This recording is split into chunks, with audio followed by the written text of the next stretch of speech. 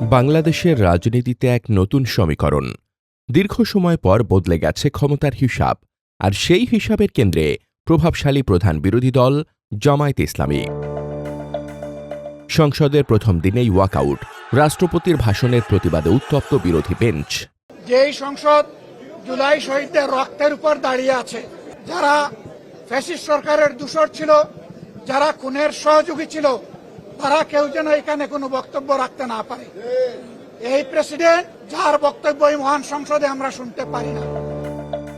জামায়াতের প্রবীণ নেতারা বলছেন, তারা গঠনমূলক রাজনীতি করতে চান, বেরিয়ে আসতে চান অন্ধ বিরোধিতার রাজনীতি থেকে।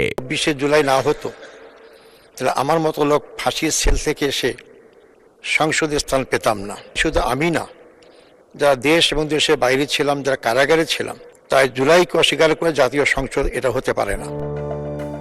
অনেক ইস্যুতেই জামায়াতের মাঠের কর্মীদের ভাষা আক্রমণাত্মক, কিন্তু নেতৃত্বের বার্তা ভিন্ন। জামায়াতের কেন্দ্রীয় নেতা ও মুখপাত্র অ্যাডভোকেট এহসান মাহবুব জুবায়ের দলের অবস্থানের ব্যাপারে তার স্পষ্ট বক্তব্য, বিরোধী দলের দায়িত্ব শুধু বিরোধিতা নয়, জনগণের সমস্যা, দাবি সবকিছু সংসদে তুলে ধরা। প্রশ্ন হচ্ছে, জামায়াতের এই নতুন কৌশল কি শুধুমাত্র জাতীয় ঐক্যের স্বার্থে ভারত ও আওয়ামী লীগকে ঠেকিয়ে রাখা, নাকি এ কৌশল জনগণের মন জয় করতে পারবে? বাংলাদেশে ১.৫ দশক ধরে ভারত নিযুক্ত শেখ হাসিনার নেতৃত্বাধীন আওয়ামী লীগের স্বৈরাচারী শাসনে এখনও আতঙ্কিত সাধারণ মানুষ। তারাও জামায়াতের কৌশলের সাথে একমত। তাদের সাফ কথা, সরকার ভালো করলে সমর্থন দেব, আর খারাপ করলে সংসদে আর রাজপথে, দুই জায়গাতেই লড়তে হবে।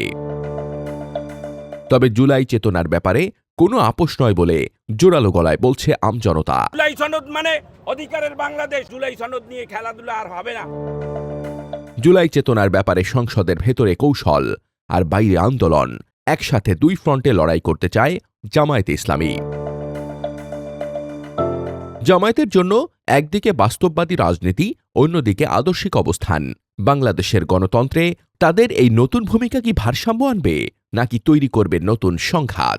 বিশ্লেষকরা বলছেন, সংঘাত সৃষ্টির সম্ভাবনা কম, কারণ অনেক রক্তের বিনিময়ে ফিরে পাওয়া গণতান্ত্রিক পরিবেশে শুধু বিরোধী নয়, বিকল্প শক্তি হতে চায় জামায়াতে ইসলামী।